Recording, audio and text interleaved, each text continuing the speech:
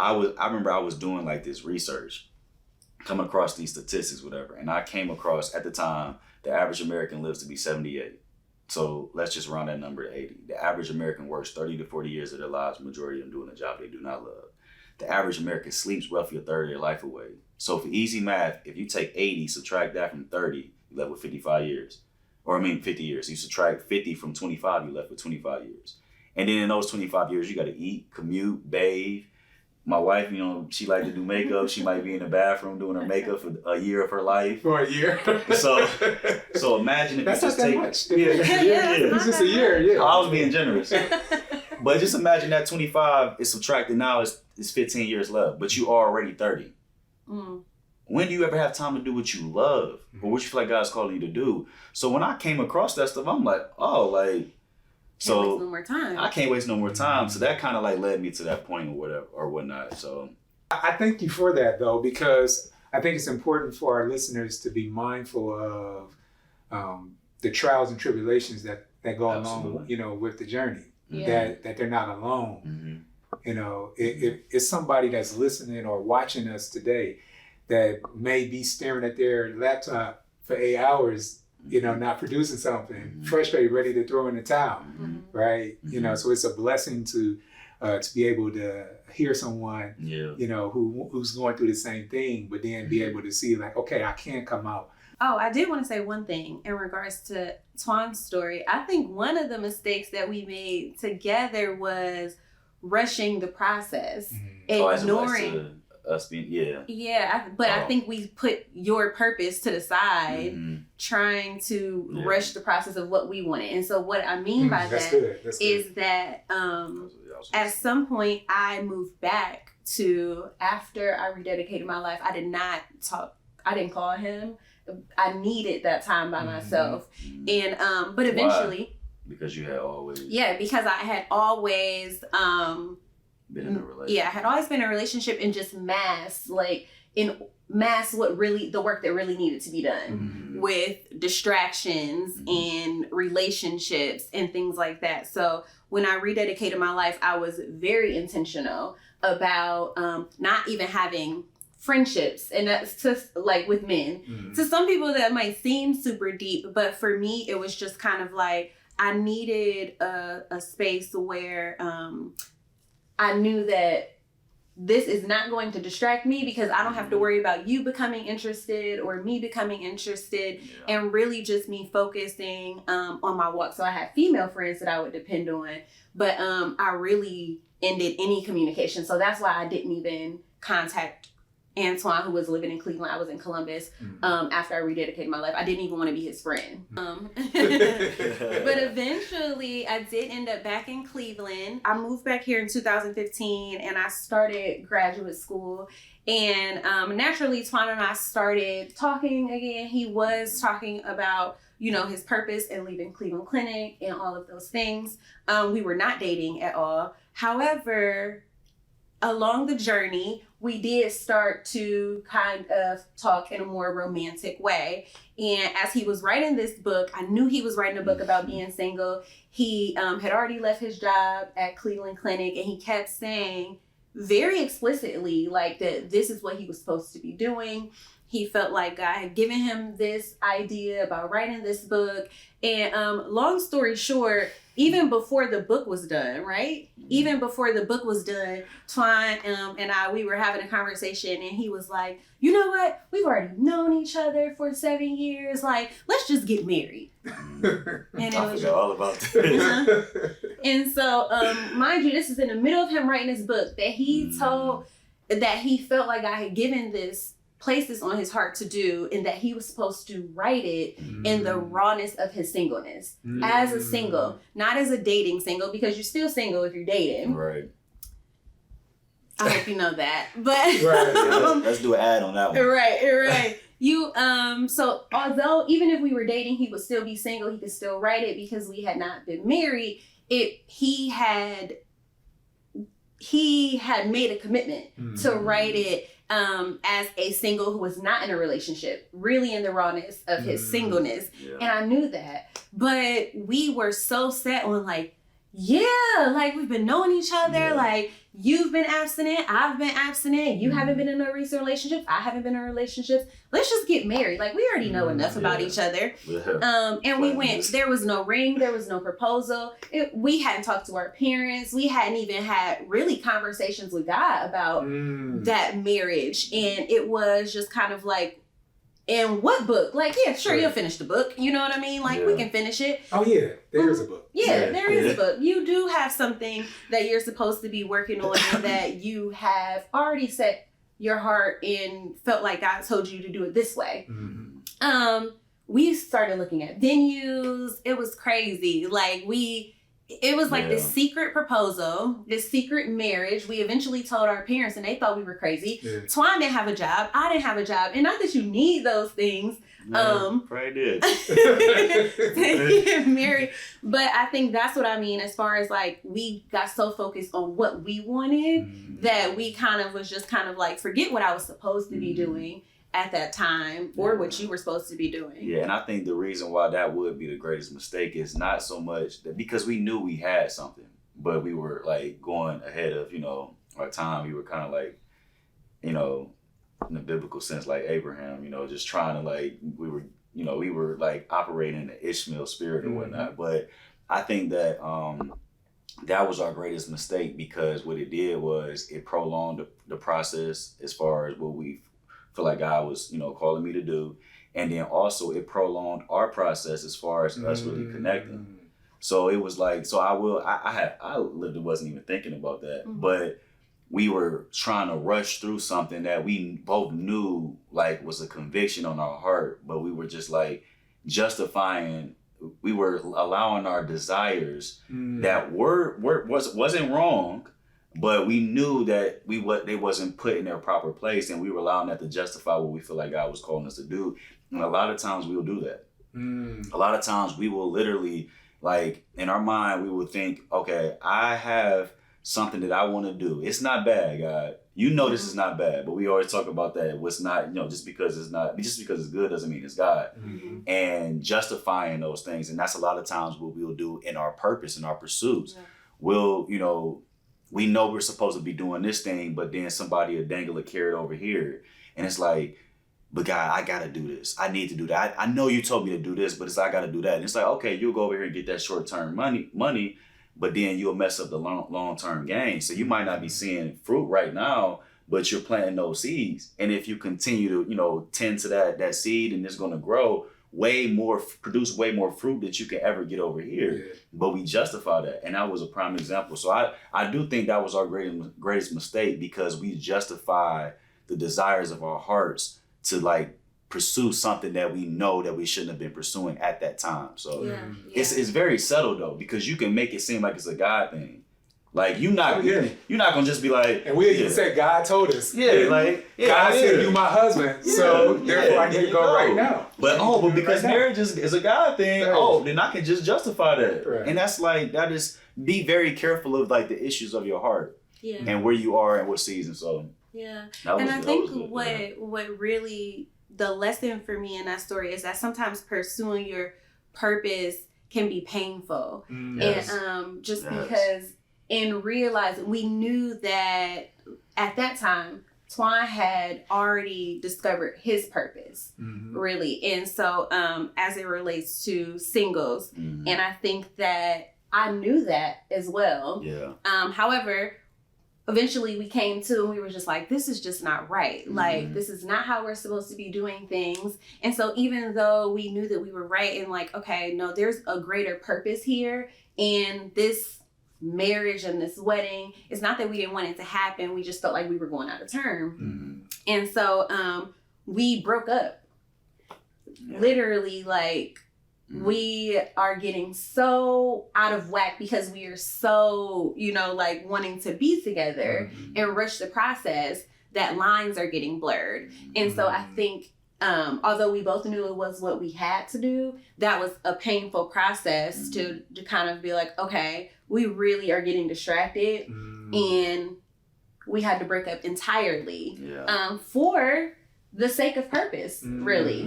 And like, so when God has you on something like on a on a path, and you go off of that path, he gonna do whatever he got to do to get you on that, get you right back on that path, even if it hurts. So now talk to me about what transpired you guys to actually be obedient to that. Mm-hmm.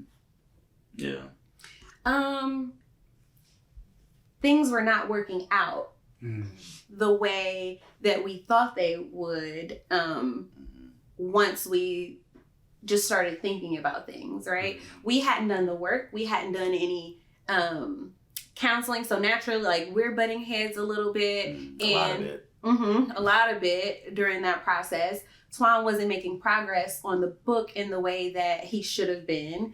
And so there was no other choice but for us to be obedient and be like, why isn't this working? Really the reflection of why isn't this progressing in a way? And like we said, you're gonna have the ups and downs with purpose, but when we were dealing with as much chaos as we were doing that process, we had to do some reflection. And it was just kind of like, it's because we are not operating in purpose right now. We know what the vision is. We know what we're supposed to be doing individually. And we were not doing that. So I almost feel like we were getting beat by God in a sense, to where we had to be obedient to the fact of like, this is where we veered off the path. Yeah. I also think that obedience, it precedes blessings. And when I say blessings, I'm not saying like we don't want to just be obedient for the sake of just trying to get some money. When I say blessings, I'm talking about peace and fulfillment and fellowship with God. Like, as someone who, really wants to make money, I understand that true success comes from just really being like in an intimate relationship with Him. And I noticed that when I veer off and kind of do my own thing, I notice how like I feel off. I feel icky. I don't feel my best self. I don't feel wise. I don't feel, like I have power. I don't feel like that. I don't feel fulfilled. And like that comes from God. So a lot of times we're out here thinking like we really want the money, but really you want the money because you think the money's going to give you fulfillment. But what if you can get fulfillment without the money and still have everything that you need? And I think that operating in that light, I think that God just kind of like opens up the door like, okay, son, daughter, I see you doing what you're supposed to be doing. Here you go. Here's a connection. Here's some wisdom. Here's, here's some favor. Open up the door for you to have an opportunity to make some money. And I think that those things are always in the forefront of my mind, that God does bless His children when they obey Him. More than anything, like that's what He wants from you. He wants your obedience. He wants you to obey Him. He wants you to submit to Him. So when it comes to purpose, and you really feel like you want to be fulfilled in life and feel like you're at peace and just like and settled, I think that that's the just making sure that you align with Him He's gonna always give you that. So that's something that inspired me, even to this day. Like when I feel like I'm out of whack, Lord, let me submit to you, because I really, truly, and I'm not just saying this just because, we are in the same church and, this, we're not trying to make this like this biblical podcast, but I know for a fact that when I am with Him, that is when I'm at my best. And as an entrepreneur, we can get so caught up. There's been times where I've even had to pray, even to this day, where I have to like pray, Lord, really help me to kind of get out of this mindset or even idolatry towards business. Because we'll be like, idolatry is like the worship of a marriage or the worship of love or the worship of money, but like just getting up in the morning and thinking about how can I make it happen, and there's nothing wrong with that. But if that's like taking like precedence over Him, then it's just like, okay, what are you really doing this for? And I battle with that. So but to your question, obedience is like just really aligning with Him, just kind of opens up those blessings for you. So well, that's a blessing to hear. So I have to ask this because I know it's some people who are watching or listening that is wondering. So we heard about you guys kind of been talking about it here and there. But how is it that you guys were able to merge, your individual purposes, with your collective purpose? Because, so for example, Twan, you're an author, a coach, a speaker, right? And when I look at you, I see that it's a lot of things that you didn't mention that, that you're doing outside of, doing what you were doing with the children. You were helping us. Well, Twan already mentioned that you edited his book. Yeah, you did. So you did some book editing. Mm-hmm. You did some book editing. You were helping us here in the ministry. Many people may not know, I was an executive pastor, and during that season, we needed some help with writing, and you was helping with that.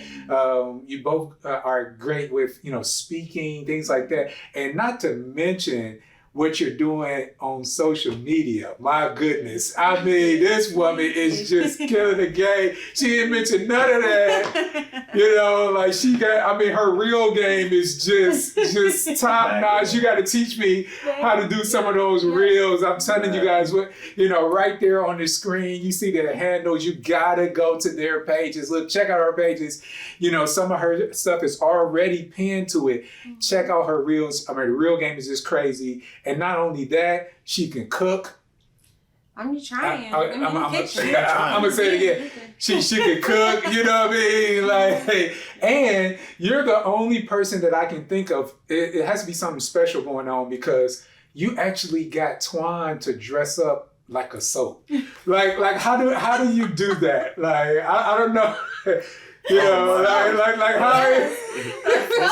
That is so funny. That's the last thing I thought you were about to say. I got time to do what? Yes. Dress up like what? Yes, that's hilarious. Twan always calls me the most festive person he knows. Hands down. So, Hands down. By far, not even a close second. Our friends were having a birthday costume party. So the soap reference is I dressed up as a loofah, and I had Twan be soap. And it really is, it's not a struggle every time, but he always looks at me like, well, you want me to do what? And I'm like, just go with me. I'm having flashbacks right now. I'm really putting that on. I'm really putting this on right now. But after the case, he always tells me that he had a good time. Not that time. Yes, you did. Not that time. No, I did. I always have a good time. Yeah, he always has a good time after he goes with my ideas. But yes, I think that we definitely have a lot of things that we are doing individually, as far as him supporting some things that I really love to do, and the things that he loves to do. And so honestly, the social media influencing came out of nowhere. I remember I made the first reel that I made, well, not the first one, but one of the first reels that I made was about God blowing my mind. And I said that he was about to do it. The Bible speaks of him singing over us. He does that sometimes when I'm in worship, and I kept saying, God, you can blow my mind. He sang back to me, he said, I'm about to do it. Now, I thought I was going crazy because I started to think of what my it is. I don't know what your it is, but when I start thinking about the things that I've been praying for and asking for, the things that I need him to do in my family, when he says, I'm about to do it. That reel got a lot of attention. Like what? Like how much attention? Only about 1 million. Yeah. A little over 1 million. Just a little over 1 million. Not that much though. Yes. So Instagram. On Instagram, right. Yeah. And so I think the thing that blessed me the most just in that process was the DMs that I received, the stories that I received. I was telling Twan that reel was from October of last year, and I recently received a DM, and I've received hundreds of DMs from just people telling me their story about how that reel impacted them. And I'm thinking, like I told Twan, it's just crazy how he really will blow your mind, because I'm thinking like, oh, this is cute, and I meant it, but I didn't know it would be so impactful, where people are telling me stories of how it helped them leave domestically abusive relationships, or how it helped them cope with the death of their son. And so it was a really humbling experience, to the point where I was just kind of like, almost like, what? Okay, God, what am I doing? You know what I mean? He really turned Instagram. We already know Instagram can be a ministry, but it really became like, I am talking to so many people that I do not know. And just to hear their stories, the vulnerability, that was just, I would be crying to him like, this lady said, and, you know, really feeling that responsibility to talk to them in that moment and tell them how much like them sharing those things with me was blessing me. And then it happened again. So that reel, 1 million views. I posted another one just to kind of keep up with the momentum, really. And that one did 4 million. And what was that reel? Feeling good? Man, I'm feeling good. G-double-O-D. If you got negative energy, don't be around me. I'm feeling good. I'm feeling good. Okay. Yeah, it was so simple. I thought it was just something silly. So I was just trying to put some positive energy out on a Monday. I remember I posted it on Monday and I was just like ministering to myself really because I didn't feel like going to work the next day. But I just made a reel like I'm feeling good. G-double-O-D. But she's not just making, it's not just like making reels. It's the, Arroine, I said this the other day. My wife is like, she's a true tastemaker.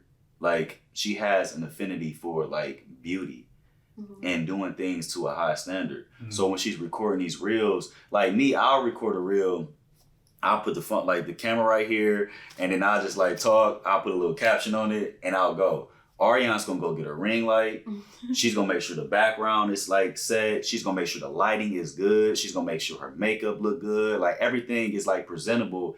And then she's going to take a picture and make sure that's going to be the cover of it. And then she's going to have her word placement. She like puts effort into it because I truly believe like she's a, like, and some people may think that I'm being biased when I say this, but she's a true tastemaker. Like if you are a business, a brand, anybody that's trying to get something out here, I truly believe that if you have my wife promote your stuff, like she's going to make it look good. And that's what I love about her.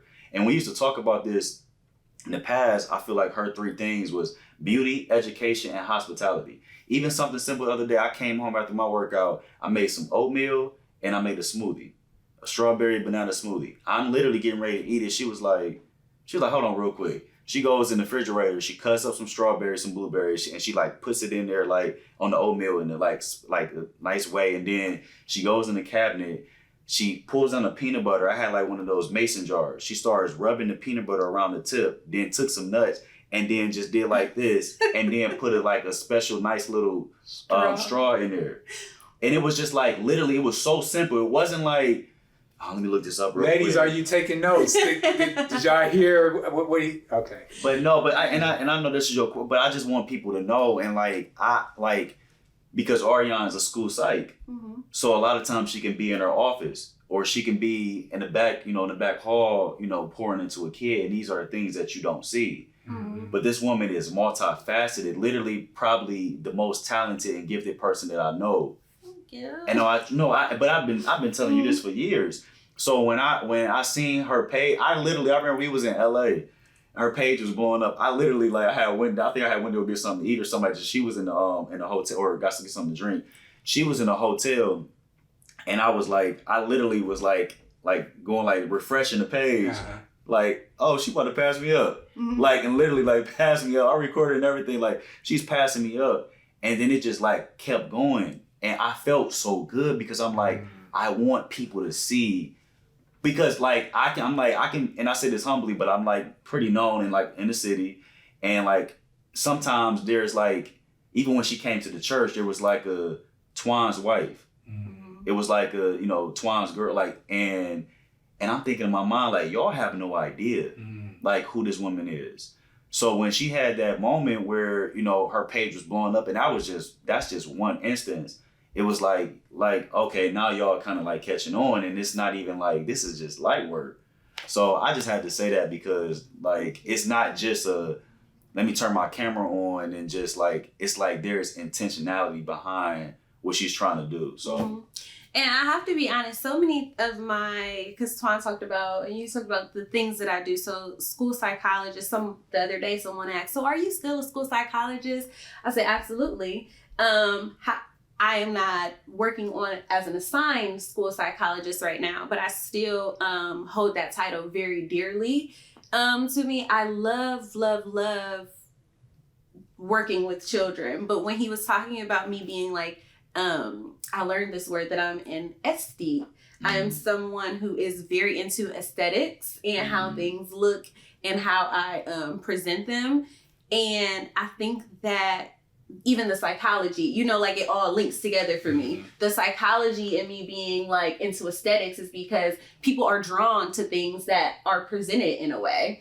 So even when I'm cooking, there's a lot of people that can cook, but I get so many compliments, not just about how because most people on Instagram have no clue how my food tastes, but everybody thinks that and it's true, but a lot of people say you can cook, and it's really just because it looks good.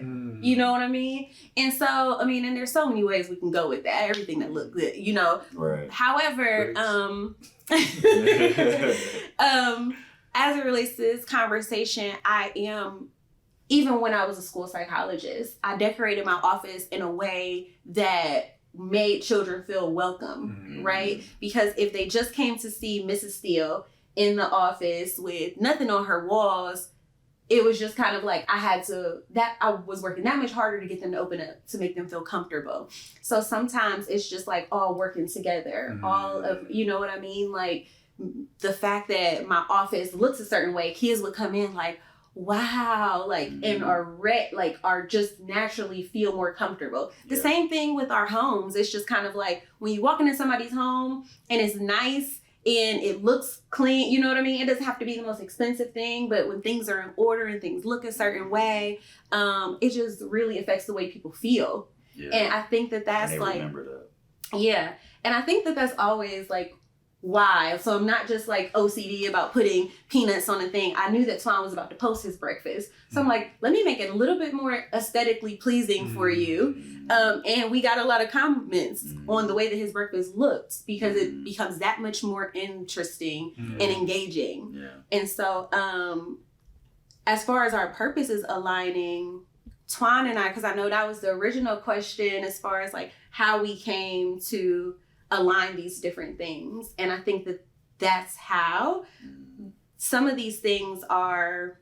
Twan came into our marriage and I already have this love for children and felt like my purpose would be attached to children and their development and the inspiration of children.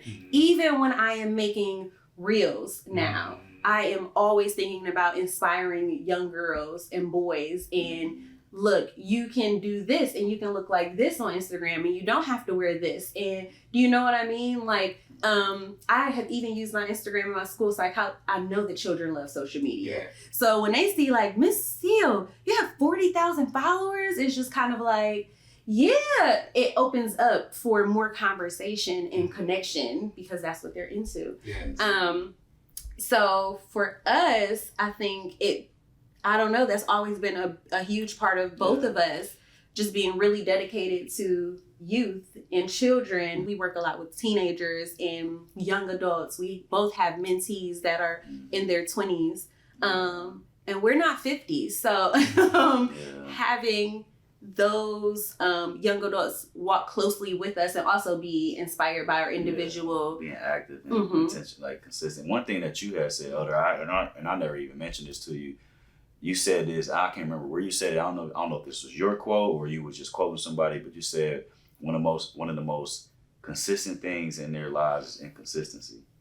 And we literally use that as one of our, like, not a principle, but like a kind of a guiding phrase or whatnot. Because if you tell them you're gonna do something, they gonna make sure that you do it. So you better be consistent with it. So we definitely have an affinity for seeing, young men and women, young boys and girls grow up and have a better opportunity than what we had. That's a blessing. That is a blessing to hear. Well, tell the people how they can get in touch with you guys. So for those individuals who may be listening or watching, who's just excited about what they're hearing and like, man, how can I get connected to them? Let the people know how they can find you guys. You can find me on Instagram at Arrione Deanna. That's ARRIONE DEANNA. And Antoine Steele, that's on Instagram as well. That's TWANSTEELE. Steele. We're also on Facebook. And you can check out our Love Made of Steel page, Love Made of Steel, Steele. I'm sure it'll be on the screen somewhere. And just continue to follow our journey and what we're doing. Absolutely. Fantastic. And that Love Made of Steel is a what? Is a podcast? What is it? You just said, like they got a podcast going on too. Podcast, YouTube channel. Hey, a little bit of everything. I'm telling you, you need to get connected to these folks. Well, I thank you guys for joining us. I know so many people was blessed by just hearing your story, and I know they was inspired, and I'm sure that those who reach out to you, listen, some of you may want a part 2. Put in the comments if you want a part 2. We didn't have enough time to really get the tea on everything. Put it in the comments. Let us know you want a part 2, man. Give us some likes. Look, if we get 1,000 likes, we got to do a part 2. We have to. If we get 1,000 likes, we got to do a part 2. So go ahead, share it. Subscribe, do all that other good stuff. Man, I'm so excited that we were able to have this conversation today, man. I pray that everybody was blessed. You guys enjoy the rest of your week. Let's get it. Let's get it. Thank you so much for watching The Purpose Experience. Hey, if you're interested in watching more fire content, make sure that you click subscribe. And listen, if you want to hear some great interviews and you felt like that one was phenomenal and you want to dig into some more, well, we got one for you right there. You see it right there? Go ahead. Click that. Or are you still looking at me? Click the video right there.